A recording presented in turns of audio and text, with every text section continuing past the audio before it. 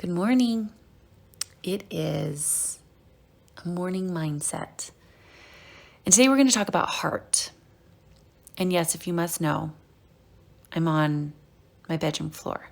Now, why am I on my bedroom floor? Well, I'm on my bedroom floor doing this morning mindset for two reasons. Number one, I have 4 children under the age of 6. So to say that my house is loud is an understatement. So it's the place that I come. That's the most quiet place in my house. The second reason is because I am in the final edits of writing my book. And writing this book is the most vulnerable thing I could do. I mean, it just literally feels like I'm bearing my soul and taking everything that's on the inside of me within my heart and I'm putting it on paper. And I don't know about you, but when was the last time you did that? Okay.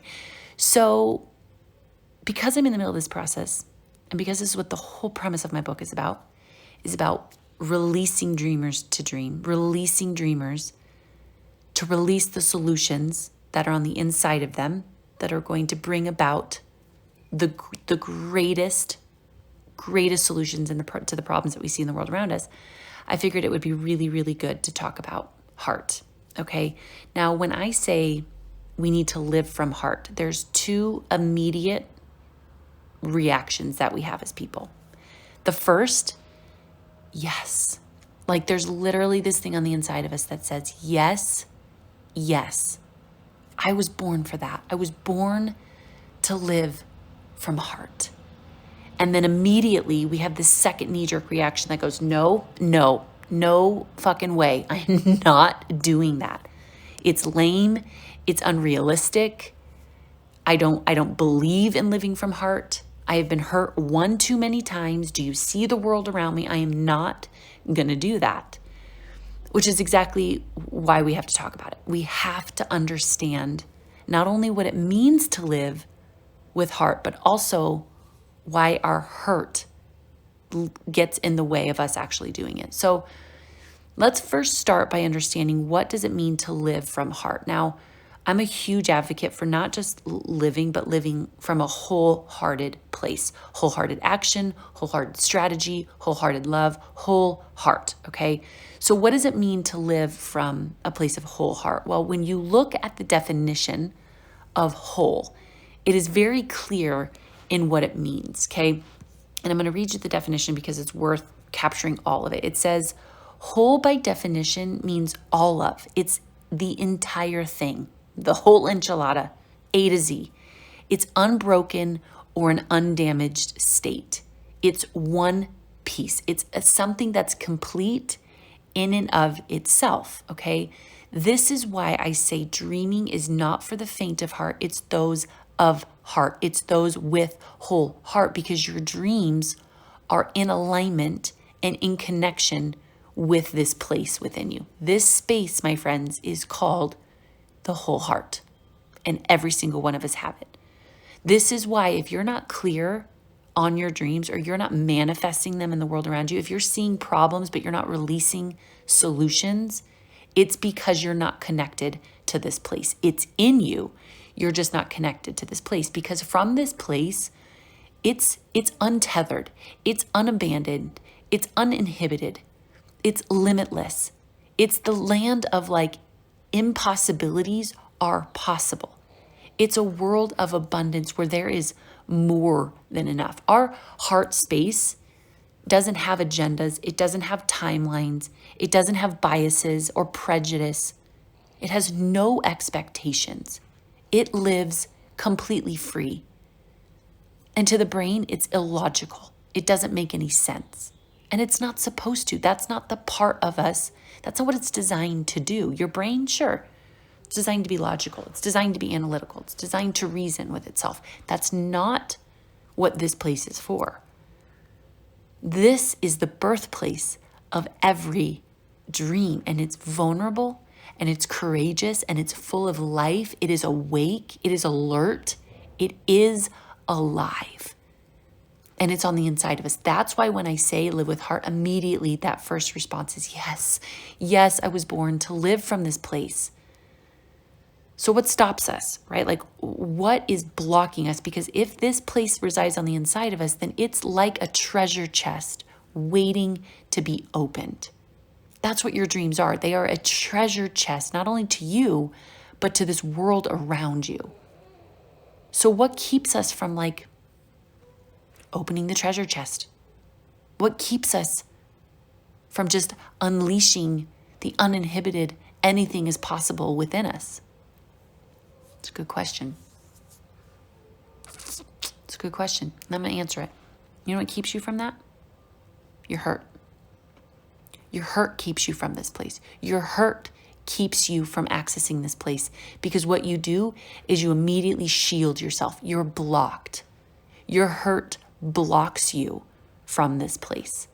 And we think that we're blocking ourselves to protect ourselves from being hurt again, from being disappointed again.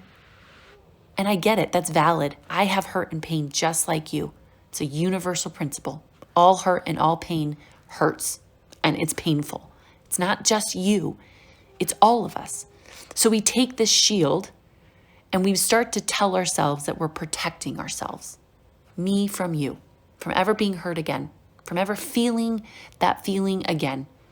But what we're doing is we're actually blocking ourselves from the very thing that's within us. We're actually blocking ourselves from clarifying, verifying, and manifesting our dreams, which is why we're depressed and frustrated and angry and resentful.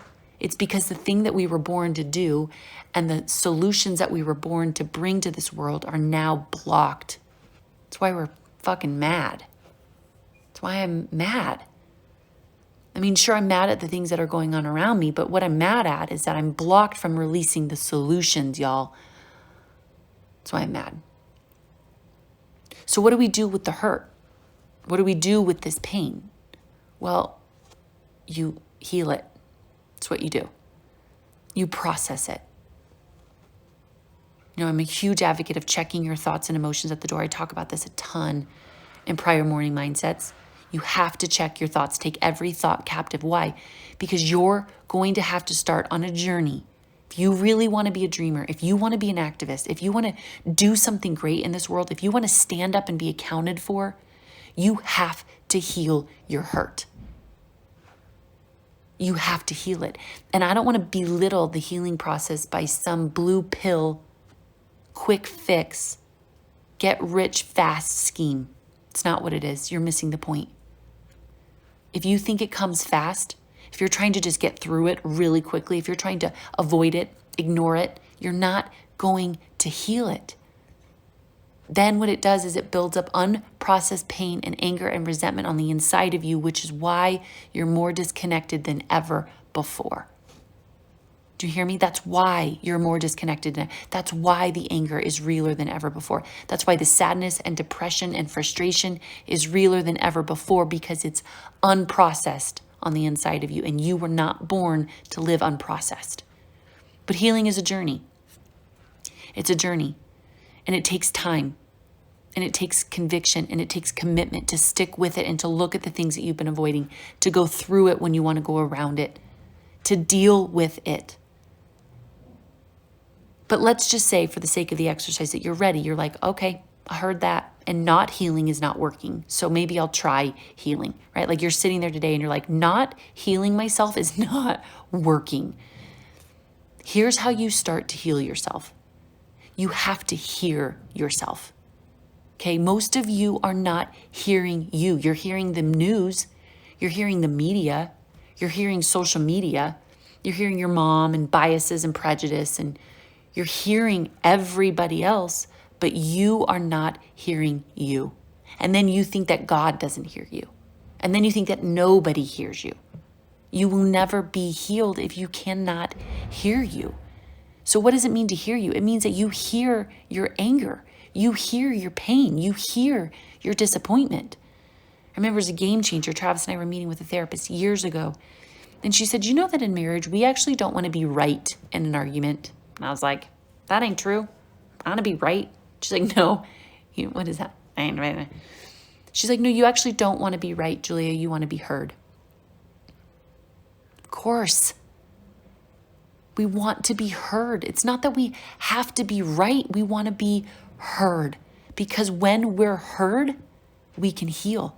We can build connections between ourselves and the people around us. When I feel like God hears me, guess what happens? I'm connected to him. When I hear me, guess what happens? I connect with myself. When I hear other people, I connect with them. And by connecting with them, I start to heal. And by healing, then I actually get back into my heart, where I was supposed to be all along. Your knee-jerk reaction to protect yourself and to shield yourself and to block yourself is fair. You've learned how to do that, which means you can learn a new way.